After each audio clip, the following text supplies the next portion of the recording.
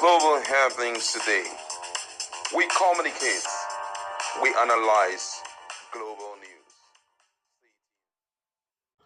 Few hours ago, the special advisor or special assistant on digital and creative economy who worked under Vice President Kashim Shettima was sacked.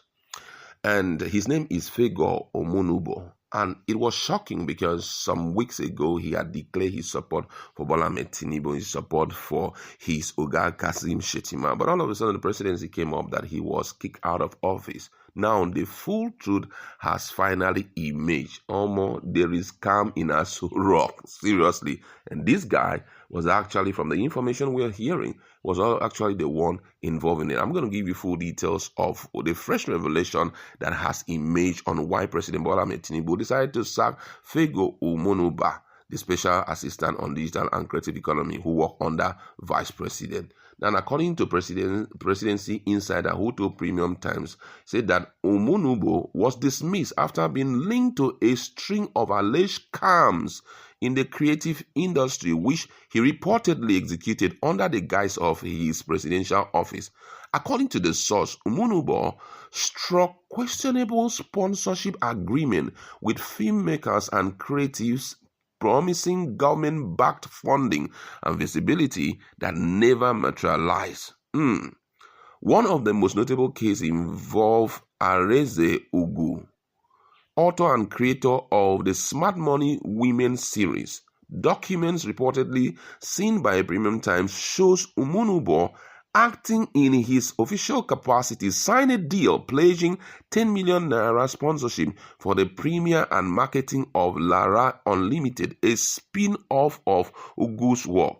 The agreement also granted the Presidency Digital Economy Office extensive promotional rights, including branding on events backdrops and movie posters, a 30 to 45 seconds advert before screenings, podcast features, and influencers shout out. However, the pledge was never honored. On August 13, Ms. Ugu publicly accused Omonubo of fraud in a post on Instagram, and this was what she wrote. She said, "Just so it's clear that I am not crashing out over 5 million naira as Fugo Omonubo would like you to believe. He owes me 10 million naira, but this is about something bigger. It's about dangling a phone of $617 million and another of 5 billion naira for over 12 months.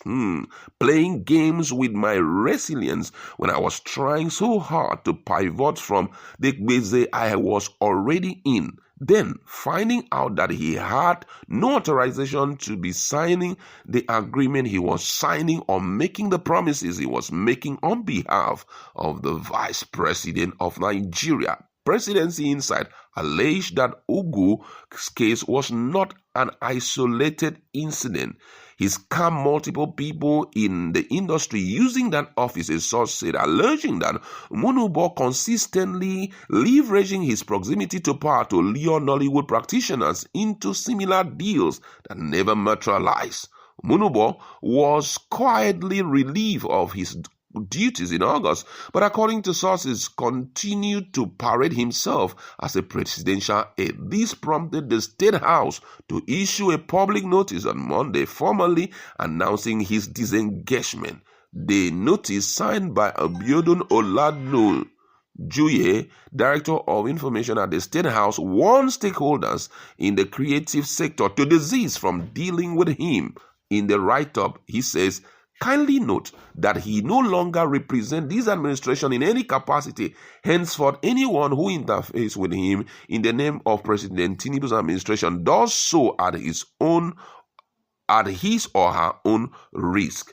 That was the content of the statement. Scam in Aso Rock was carried out by this young man. This is quite shocking, I must say. This is unbelievable because, unfortunately, these kind of things keep happening, but it is being swept under the carpet. I must really thank President Bola Tinubu government for, opening up on all of it, because unfortunately, everyone believes that when they have an opportunity of featuring in leadership, especially working so closely with a governor, with the president, they have to use that opportunity to also, get involved in scam or possibly eat their own chunk of the national cake. But the painful part of it is when they are taking the money from the hungry public, from the poor public, who are even hoping that through their offices, their lives will change. It's one thing that has broken the minds of most Nigerians. And I must say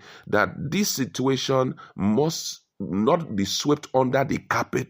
It should be investigated. Possibly, the likes of EFCC needs to bring such people to their knees so that they will learn a lesson or two. Nigerians have really reacted over this particular revelation that has come up. But then, I don't know the standpoint of the presidency in respect to this, because if this is just a tip of the iceberg, if he has done it just as the insider information portrays, he has done it to multiple people, then he should not allow it to, just go unpunished. According to the source, if you had listened to me as I was reading, he says that he has scammed multiple people in the industry using that office. This is really serious. Investigation should be ongoing as a result of this. My colleague is in the house, and we just want to talk about this. This is shocking. This is something that no one had prevented, considering the fact that this is someone working in the office of the vice president, Aso Rock. Nobody will speak, scamming Aso Rock. But here we are. Now, what's your position in respect to it? All right, let's start with the fact that when you're trying to recruit anyone or bring anybody in such a dispensation or a government or governance, you should be able to attest to the person's integrity to some extent. Because to a larger extent, it's not about the person, it's about your government. Whatever is being done is done in the name of your government. So it's assumed that before you start, you already have your loyal guys who would, project your image in a positive light. That's one. And secondly, I feel very strongly that at this rate, judging the fact that the information reaching our platform should, based on what Premium Times did mention, it's a case of looking into now just to remove the dents that he allegedly must have caused the government of the day. Nigerians already are shouting Premium Shege. This kind of dent is really not needed for the governments of the day. So I feel that EFCC should wade into this matter, investigate it, and at least clear this government of whatever allegations being leveled against him, so that at the end of the day, the government is free to show that whatever it is strictly on his name, on his terms, and not on the terms of the government. I also feel that at this rate going forward, they should also scrutinize all the aides. It shouldn't just be a case of, just bring this guy.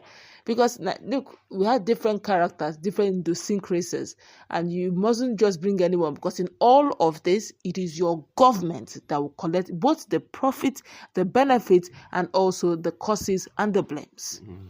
All right. Well, is the scamming Aso Rock? It's really shocking that this is happening. It's quite interesting. However, let's meet in